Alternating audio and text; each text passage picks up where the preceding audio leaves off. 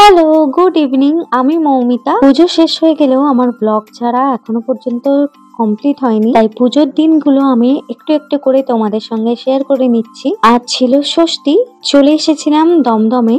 এই যে দমদমে দাঁড়িয়ে আছি। দমদম স্টেশনে এসে দেখলাম ভিড়টা বেশ জমজমাট, কারণ এবছর অর্জুনপুরের আমরা সবাই ক্লাবের যে দুর্গা প্রতিমার মণ্ডপে খুবই ভিড় হয়েছে।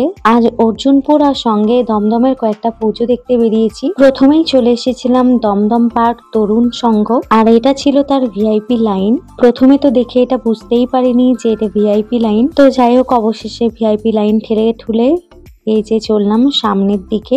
এই যে পূজা মণ্ডপের থিমটা ছিল সত্যান্বেষী, দেখো ওপরে লেখা আছে। এই পুজোটায় প্রচন্ড পরিমাণে ভিড় হয়েছিল, আর ভিড় হওয়ারই মতো। চলো তোমাদেরকে ভিতরটা দেখাই। ভিতরটা দেখলেই তোমরা বুঝতে পারবে যে কেন এত ভিড় হয়েছিল। আর সবাই তো একদম ফোন নিয়ে রেডি, তোমরা দেখতেই পাচ্ছ। তো প্রথমেই দেখো ঢুকে বাঁদিকে একটা বড় ঘড়ি আছে। এই ঘড়িটা আমি এখন ভিডিও এডিট করার সময় দেখলাম। ভিতরে তো গিয়ে তখন এদিক ওদিক দেখার মতো কোনো সেরকম সুযোগই থাকে না, কারণ তোমরা জানোই ভলেন্টিয়ার গুলো আমাদেরকে বার করতে পারলেই ওরা শান্তি পায়। মণ্ডপে প্রবেশ করা মাত্রই যে ওরা বেরাও বেরাও করে, তখনই মাথাটা হয়ে যায় এরকম গরম। মণ্ডপটা নিজের মতো করে ঘোরার সুযোগ শান্তি কোনোটাই এরা দিতে পারে না। তো যাই হোক, এভাবেই সেদিনের ভিডিওটা করেছিলাম।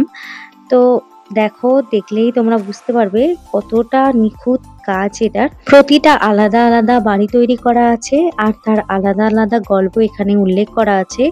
জাস্ট অসাধারণ ভাবে বানিয়েছে যিনি বানিয়েছেন এটা। আমার লাইফে আমি প্রথমবার তরুণ সংঘের পুজো দেখছি, আর বেশ সুন্দরভাবে আমার এক্সপিরিয়েন্স হলো।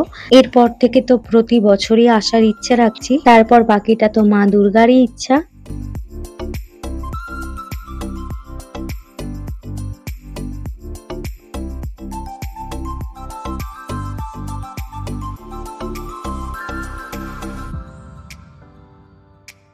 এই যে দেখো, এটা হচ্ছে মা দুর্গার প্রতিমা। এটাও মহিষাসুর মর্দিনী রূপেই পুজো হচ্ছিল। তো এই রকম পুজো দেখতে আমার খুব ভালো লাগে, যেটা মায়ের আসল মহিষাসুর মর্দিনীর রূপের পুজো। থিমের পুজো তো দেখতে ভালো লাগে, সেটা কোনো খারাপ না, কিন্তু থিমের পুজোগুলোতে এক একটা মণ্ডপে দেখেছি ওই মূর্তির পুজো করা হয় না, তার নিচে অন্য বিগ্রহ রাখা থাকে বা ছোট কোনো মূর্তি রাখা থাকে, তারই পুজো করা হয়। আর সেইগুলোর স্থান পায় ঠিক কোণের দিকে, না হলে সেই মূর্তির নিচের দিকে। তো সেটা আমার একদমই পার্সোনালি ভালো লাগে না। বাট এখনকার থিমের পুজোগুলো সত্যিই খুব ভালো করছে, আর মানুষকে অনেক আকর্ষিতও করছে। তাই মণ্ডপে মণ্ডপে ভিড়টাও মারাত্মক বেশি। বেশ অনেকটাই সময় কাটালাম এই মণ্ডপটায়, বেশ ভালো লাগছিল। চারিদিকে বারবার করে দেখছিলাম।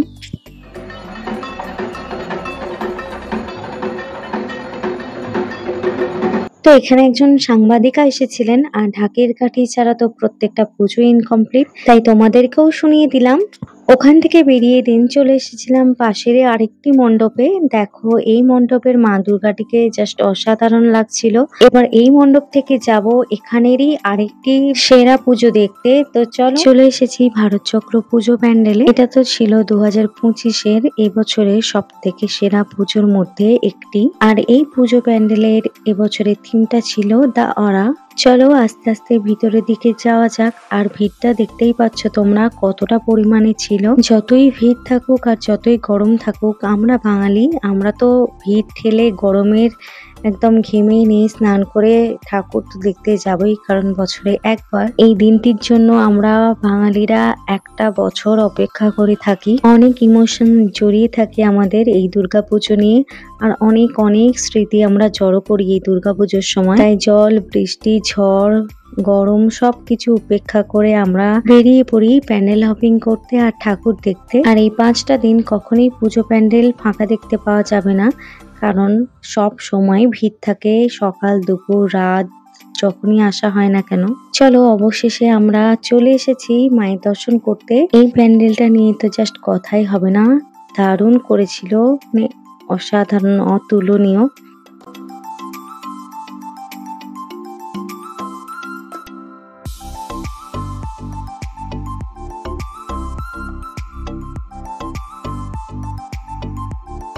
আর এই সেই সময় যখন আমরা মায়ের দর্শন করতে পারলাম। দারুণ বানিয়েছিল এই প্রতিমাটি। দেখো, দেখলেই তোমরা বুঝতে পারবে।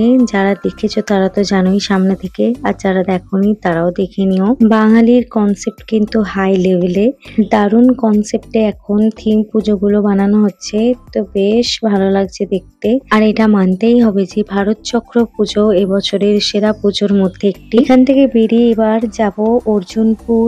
আমরা সবাই ক্লাবের পুজোটা দেখতে খুবই এক্সাইটেড আছি যে এই পুজো প্যান্ডেলটা দেখার জন্য। ওখানে গিয়ে দেখলাম যে পুজোটা বন্ধ করে দিয়েছে কোনো কারণবশত, তো এবছর আর ওখানে যাওয়া হলো না।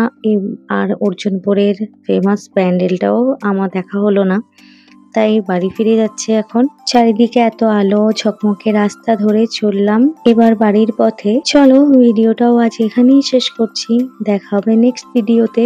আমার আজকের পুজোর এই ভিডিওটা কেমন লাগলো অবশ্যই কমেন্টে জানিও। ভিডিওটা ভালো লাগলে একটা লাইক, কমেন্ট এবং চ্যানেলটিকে সাবস্ক্রাইব করে দিও। নিজেদের খেয়াল রেখো, ভালো থেকো, বাই বাই।